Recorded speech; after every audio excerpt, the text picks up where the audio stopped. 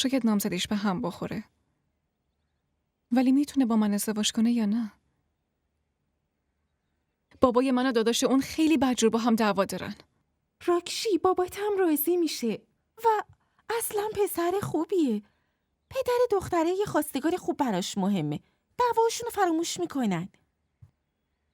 ولی داداش اون که پدر یه دختر نیست. فراموش نمیکنه. اوه، از کی دارم بهت دلداری میدم، بهت روحیه میدم، ولی تو پشت سرم حرفای مایوس کننده میزنی. به خاطر اینکه خیالم راحت نیست. احساس میکنم انگار بعد از این فقط تاریکی هست. خدایا ما به هیچ جا نمیرسیم بابا، به هیچ جا نمیرسیم. اون راست میگه. تو یه دختر دماغویی.